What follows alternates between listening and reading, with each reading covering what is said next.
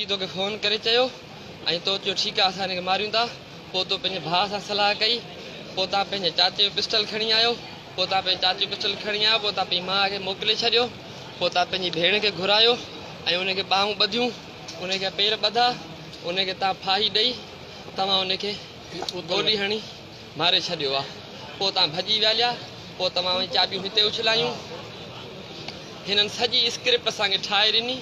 उहे बयान उहे वीडियो हिननि असांखां 8 दफ़ा रिकॉर्ड कराया। जॾहिं हिननि खां सही बयान न पिया रिकॉर्ड थियनि वरी हिननि मारणु शुरू कयो। मां हिननि खे क़ुर जूं झोलियूं विझां, यार असांखे मारियो न, जी तव्हां चओ था थी कंदा असांखे तव्हां फाही हणायो वञी, पर मारियोसि न।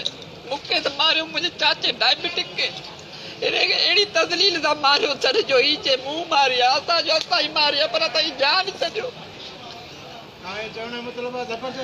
असां सां एॾा ॾुखिया हुननि टार्चर कया जेके असां कॾहिं ज़िंदगी में कॾहिं कंहिंखे न ॾिठा। असां कंहिंखे असां त जानवरनि जो बि इलाज करण वारा माण्हू आहियूं यार।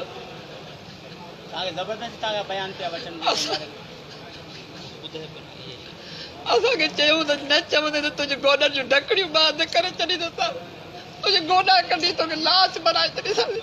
उते सीआईए में हिकिड़ो गंजो हुयो, उन चयो, उन नालो आहे मुनीर अब्बासी, सीआई इंचार्ज। हाणे उहो मुनीर अब्बासी खे ख़बर पवंदी वरी मूंखे कढी विधो इहो नालो। ख़ुदा जो नाला हुनखे न चइजो, अलाह जो नालो। इहो मुनीर अब्बासी असांखे हितां खणी वेंदो, वरी असांजो रिमांड हुननि खे मिलंदो, वरी असांखे मारे छॾींदा। अॼु जेको कोर्ट तव्हांजो जेको रिमांड वरितो आहे, तव्हांखे जेल कस्टडी कयो या पुलिस हवाले कयो? असांखे मेडिकल ते मोकिलियो आहे जज साहिबु। घणा ॾींहं जेल? 4 ॾींहंनि जे लाइ रिमांड न थियनि, 4 ॾींहं, पर मेडिकल तव्हां अस्पताल में हूंदो? पुलिस कस्टडी में। असां न मारियो आहे।